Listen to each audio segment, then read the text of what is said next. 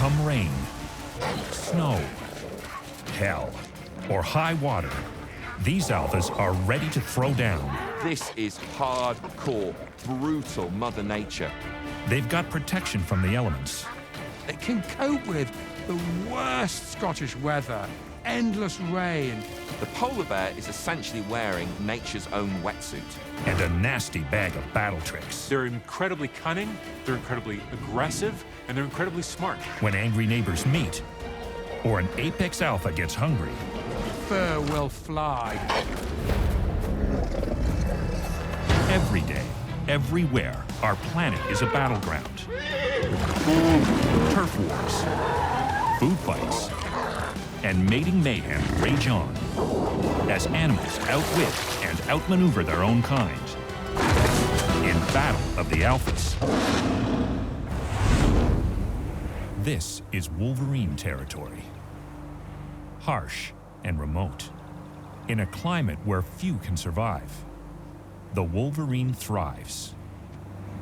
Part of what makes wolverines so successful is that fur. There's an underlayer that keeps them warm, and then there's this outer layer that's oily and waterproof that keeps the snow off of them, keeps the frost off of them, and makes sure that they're able to function in those cold climates.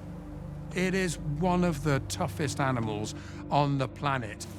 It can climb trees, it's a really adept swimmer, it can climb mountains. The wolverine is an animal that spends its life constantly on the move. Most people will never see one. They're solitary creatures with an almost mythical status. Wolverines are so aggressive, they're so legendary that you could probably even make up a superhero based on them. I'm just saying. They're not hospitable neighbors. If one wolverine crosses another's path, violence is almost guaranteed. Males have a huge home range, up to 1,500 square kilometers. To put that in perspective, that's about the size of 3 million professional basketball courts, or the size of the entire island of Maui. That's like the size of a bear's home range or a cougar's home range. It's just a little golden retriever sized thing, but it thinks it's big. It's definitely punching above its weight. A male will share his vast territory with 3 or more females. Wolverines are polygynous, which means they can mate with a number of females. So females will have smaller home ranges within the vast territory of the male. Defending their turf is a never-ending job, one they take very seriously. It's an animal that rarely encounters its own kin, but if it does, there will be fireworks. Wolverines fight to protect their domain and everything that comes with it. These animals have everything they need to eat meat in cold places. They can scavenge on things that have died by other means, and when that doesn't work, they'll kill the food themselves. If they have a territory that they live on with a certain amount of prey in it, they don't want other wolverines coming in and getting some of the action.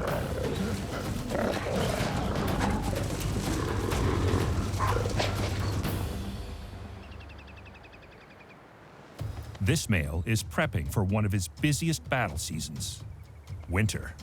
A lot of animals survive the winter by hibernating, but not wolverines. They don't hibernate at all. They're active year-round, looking for prey, trying to find food. And in the middle of winter, that's very hard to do. That's when the animals get desperate. They'll start to move into neighbors' territory. If their noses pick up a recent kill, that's when they'll come to blows. He's got to beef up his security, and nasty weather won't stop him. The wolverine is able to cope with these sub-zero temperatures, so it's ready for action at a moment's notice. He's laying a scent trail. It's like building a fence or moat, but stinkier. There are a few other nicknames for wolverines, like skunk bear or stink bear, because they can produce these smells that are pretty pungent. So they have anal glands, they have glands next to their belly button, they have glands on their legs, all these different glands producing smells so they can tell other members of the species not to come in. This rival wolverine doesn't heed the warning. These two may be neighbors, but there is nothing friendly about this meetup. Wolverines are built to kill. And so when that weaponry shows up, when those big tough arms, those big sharp teeth, all of that comes together into a battle, you can really see what these animals are made of. They're fighting on treacherous turf, deep snow and ice, Their feet are perfectly adapted to handle the terrain. If they put their foot down on the snow, they can spread it out to twice the area that it would normally have in order to really distribute the weight across a larger surface, just like a snowshoe. They've got some formidable weapons. First and foremost, they'll be slashing with those huge claws on the end of very powerful limbs. They throw their full body weight into each swipe. Males can weigh up to 18 kilograms, and they work hard to stay in battle-ready form. I like the Latin names of animals. You always learn something, and the Latin name for the wolverine is a perfect example of that. It's called gulo, and gulo means glutton, and it's totally a glutton because they eat a ton of meat. The wolverine's teeth, all 38 of them, are perfectly evolved for catching and killing prey. The molars at the back are turned inward and rotated 90 degrees, and they have an amazing bite force for crushing bone and biting through frozen meat from a carcass. Molars are for crushing, canines for puncturing, tearing, and strategic attacks. In this battle, the defender tries for a tactical advantage, jumping on his opponent's back. There are two reasons to get on the back of your opponent if you're a wolverine. One, you have access to all the tendons in their back and their neck. That's a great place to be attacking. But I think more importantly, you're getting away from all their sharp parts. On rare occasions, wolverines will fight to the death, but usually one admits defeat. In this battle, it's the intruder that scampers off. Wolverines aren't dumb, so they'll fight, and when they reach the point where they realize that they're probably not going to win, they're smart enough to cut and run. It's a sweet win, but the triumphant wolverine doesn't have time to celebrate. As the snow picks up, he's off to scent mark his territory yet again. At least this time, it'll be a victory lap.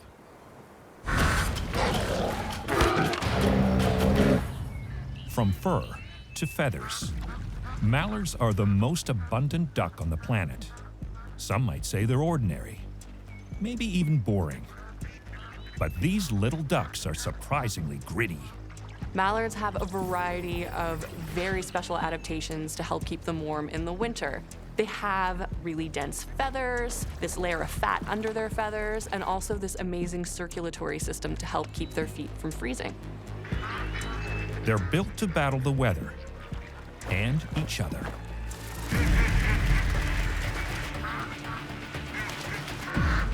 For most people, when they're thinking of an alpha, you're probably not thinking about the mallard. But what people don't see is that they're not just the calm and docile duck. They can actually be downright violent. These fights are dangerous, and so are the events that lead to them. In the spring and summer, mother ducks sit dutifully on their eggs. Once a pair forms and the female starts laying eggs, the male doesn't linger. It's not because he's a deadbeat. In fact, it's quite the opposite. That nest is very susceptible to predation. If that male was around, he's just gonna give away the nest location. Like, he has to get lost. She's got to stay if she wants her offspring to survive, putting her life on the line for theirs. They can spend up to 23 hours a day sitting on those nests. There is no time in a female mallard's life when she is more vulnerable than when she is incubating her eggs, and she's under constant threat from predators like raccoons, foxes, weasels. She is quite literally a sitting duck. The mortality rate of female mallards more than doubles when they're incubating their eggs. A lot of adult females don't survive. And what you get in the end is that there are generally more male mallards in the population than female mallards. That imbalance becomes a problem during mating season. Not every guy will get a girl, and so the males battle for the right to pair up. They are like little speedboats. They go so fast on that water after one another. But the competition starts more like a pageant. When a male mallard wants to court a female mallard, he puts on a whole show with a number of different parts. The females are the ones that pick out the males which they deem as being good enough, strong enough, having the best genes to pass on to the next generation. First, they try to impress her with their looks. The males have this wonderful green iridescent head. They do lots of flapping to show off their wings. But the best thing to see, they like to stick their head up and their butt up at the same time, much like cat-cow in yoga. And that's not the only talent they put on display. They serenade her too. They do lots of grunt whistle noises. They make really interesting sound as they're swimming around in circles. All of those different things are designed to try to show the female that they are going to be the perfect father of her offspring. The whole reason for any animal's existence is to be the best it can be. So it is all about passing on the strongest genes in order to survive a life and then to perpetuate. This female likes what she sees. She lowers her head flat in the water. It's her way of saying she's picked someone and is ready to pair up. But this male wasn't picked, and he's not happy about it. His testosterone is surging. The only way he'll get access to a female now is to steal her from another male. And that means he's got to fight. He approaches his target and opens his mouth. It's all about saying, listen, look how big I am. Look at me, check me out. If you want some of this, come on, let's have it. This bill is made of a really extraordinary substance, keratin, which is both hard and can be quite sharp and is also a little bit flexible as well. This is something that they use, for finding food and for gripping things and also for fighting one another. They'll try to actually pluck the feathers out of another male, especially in their chest.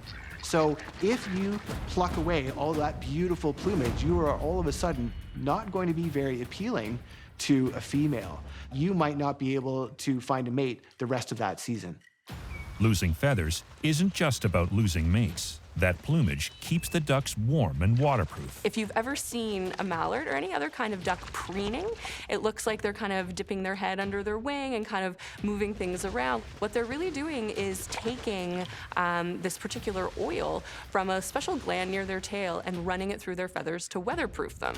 The battle continues until one male swims or flies away. And the other male mallard will continue to go after it and vocalize at it to make sure it knows, hey, this is my territory, this is my space, you can't come back. In rare cases, neither male will retreat, and the fight can become deadly. Mallards can occasionally kill each other. Most often the way that they do this is by drowning, just by flapping their wings and putting their body weight on that of another duck to the point that that duck can't breathe and they die. They may even end up killing female ducks that kind of get caught in the crossfire of these sorts of arguments as well. So the stakes can be incredibly high. From severe weather to fiercely competitive pageants and mating brawls, mallard life isn't easy, and it's definitely not boring.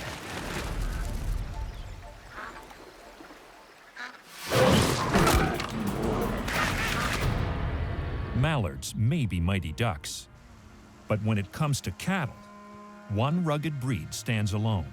Highland cows are pretty different from your average cow. They can cope with the worst Scottish weather, gales, endless rain, really cold freezing conditions. They have these 2 layers of fur. There's a short layer underneath that you don't really see. That's what keeps it warm. But then there's this baggy outer coat that's waterproof, it's oily. And because they're built for those tough environments, they're tough animals. And that means that when a conflict happens, they're built for a tough fight. This is a leader, an alpha male. He rules over a kingdom in the Scottish Highlands. Right now, it's calm. No one is testing his rank. Most cows are in groups called herds, but a Highlands cow is in a group called a fold. There is a strict hierarchy within this fold. The older you are, the higher up you are in the hierarchy, and males tend to outrank females. Right at the top of that is the dominant male, the big bull. Now, he's the daddy, he's the head honcho, he's the man in charge. The alpha gets dibs on food and mating, and his subordinates show him respect. If you are a Highland cow and a dominant animal is coming towards you, you get out of their way. And if you have the opportunity, you groom them. You lick their head, you lick their neck, just to show that you respect their position in space. Everybody knows where they are in line. So you don't get a lot of conflict over territories and stuff like that because everyone knows what they're supposed to do. And it's only really when a bull male that's not the dominant male wants to become the top dog. Or you might have a farmer that buys a bunch of new cows and they have to figure out how they fit into society as it already exists. That's when you'll see horns come together and massive animals really getting down to the business of fighting. This young male is near the bottom of the social heap, and he's fed up. He approaches the alpha, ready to fight for dominance. You can tell there's a fight brewing because what happens is one of the animals will lower their horns. It's saying, I'm gonna get under you, I'm gonna push your center of mass off center, I'm ready to go with you. That initial phase where they're pushing against each other and they're just getting a sense of how big one another are is really important because that's when they decide if they're gonna really go for it. The alpha isn't backing down. It's bristling with aggression. It's full of testosterone. It's ready for action. You've got two 800-kilogram animals that are angrily trying to knock one another off of that hierarchy ladder. So you see them pushing, you see them twisting, really communicating to each other just how much muscle there is on the other side. Keeping bulked up for battle takes work. Highland cattle eat up to 18 kilograms of vegetation every day. They're feeding in an alpine environment where food's hard to come by. They're using their horns to pull down branches so they can get food that way. They eat some of the most indigestible plant material you could possibly imagine. Rough, rush, hard grasses. I mean, life can be tough up in the north of Scotland, and the food it's eating requires a huge amount of digestion. It can take up to 100 hours for a Highland cow to fully digest its meal. It's so important for that digestive system to be effective because they're able to have that muscle and they're ready for those conflicts. During battle, the bulls throw around their weight and use their horns like weapons. When you look at these wrestling matches between the cows, it's more like hand-to-hand combat. Those horns are extensions of bones with blood vessels in them. That's part of their body. It's not a weapon on top of their body. It's part of their body. If they can get those big horns into the flank and gore the other animal, then they're at a distinct advantage and they could well be on their way to winning the battle. The stakes are so high. If you lose this fight, you lose your position in the hierarchy. It really pays to be the alpha. The fight ends when one male can't take anymore and backs down. This time, the defending alpha is triumphant. The best part is that once the battle's over, everybody looks at the results and everybody says, okay, we're good. We got this figured out. And as soon as you have a winner, a victor, and a vanquished, peace and tranquility will be restored. All species fight their own kind. But for the top of every food chain, there is no contest.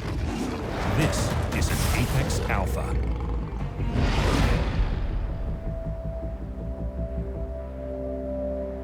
This bloody face means it's been a good day. Proof of a successful hunt. A well-fed polar bear is covered in red. It lives in the harshest environments. It really is up there with the top apex predators ever on planet Earth. It hunts prey that spends 90% of its time in the ocean. To find that elusive meal, it searches far and wide, crossing land and sea. And it's equipped for the journey. The polar bear is essentially wearing nature's own wetsuit. When it gets wet, it can whisk that water away very quickly. But it's no secret that climate change is melting the polar bear's hunting grounds, making it harder for them to catch their favorite food, seals, forcing them to embark on far more dangerous hunting missions. You don't need to go to the Arctic to know that it isn't exactly stock full of food. Finding prey in this barren landscape takes patience and stamina. While it's making these huge trudges across the ice, it's burning around about 12,000 calories a day. So give or take, it can go about 10 days without feeding, But as it gets closer and closer and closer to that deadline, it will get more and more desperate. But it can't eat just anything. To survive the bitter cold of the Arctic, polar bears need a thick layer of blubber. And they don't get that by eating light. You might think that a polar bear could take down maybe a reindeer, and yes, it certainly can, but that lean meat is no good. Polar bear can't get enough energy for it. The perfect meal is blubber. This guy loves fat. He uses his nose to sniff it out. They have an amazing sense of smell. And by having that little bit of moisture on the tip of their nose, it actually helps magnify whatever odors that it's smelling. Polar bears use crosswinds to hunt. When a bear moves perpendicular to the wind, new streams of air are constantly hitting its nose, giving it information about what's upwind. An animal can hide under snow, but its scent will still be carried right to the nose of a hungry bear. When the wind is blowing by, they can do a type of calculus to help them calculate where that prey item is potentially coming from. This just further demonstrates how this apex predator earned its title. It uses all the tools available to it in its environment to its advantage. His super sniffer leads him to this herd of walruses. He scopes the scene, looking for an ideal target. They're looking for weak and injured animals. They're looking for young ones. They're looking for calves. Anything that indicates to the polar bear that this prey will be relatively easier to take out. Hunting a walrus is a gutsy move. Now, walruses are like tanks of the ocean. They are ton and a half, 2-ton animals. It has those characteristic teeth, those long incisors that are like ice picks. They can be up to 1 meter long, just ice picks. They're not to be messed with, and they're not the usual prey of the polar bear, but drastic times call for drastic measures, and that's where the polar bear ends up. The walrus is a formidable opponent, but the polar bear doesn't retreat. It's bold and fearless, with its own set of battle weaponry. When it comes to apex predators, the polar bear really does take the cake. Polar bears are the largest land carnivore. Males can weigh up to 650 kilograms. Their giant paws are equipped with thick, curved claws, and their canine teeth are 5 centimeters long, designed for grasping prey and tearing through hides. This bear will rely on all his weaponry for what comes next. The polar bear rises up on those hind feet and comes crashing down. It usually tries to attack it from its back. It tries to stay away from what I call the business end of the walrus. A good plan, but it doesn't work. He backs off. He may be down, but he's not out. He goes for a smaller target. This one's tusks aren't nearly as brutal, but its thick hide is hard to penetrate. It's 4 centimeters thick, and then underneath that is thicker layers of blubber. This is an armor-plated machine. That calorie-rich blubber is exactly what the bear is after. But his target gets help from a friend. Thwarted again. If a walrus is cornered, it's going to fight. And if a walrus doesn't like the fact that a bear's eating its friend, it's going to have something to say about it as well. The bear is exhausted, but hunger drives him back to the battleground. And there's some serious risk involved with this. You know, they're wasting a lot of energy in these fights. Against all odds, 3rd time's a charm. If a polar bear is, in fact, successful enough to collar a walrus, that they can't kill it on land, they will drag it into the water and drown it. And this is hardcore, brutal Mother Nature. It may be brutal, but it's also powerful and clever. True traits of the mighty apex alpha. No matter the conditions, these weatherproof alphas fight to stay on top, defending territory, attacking for survival, competing for love, and claiming respect.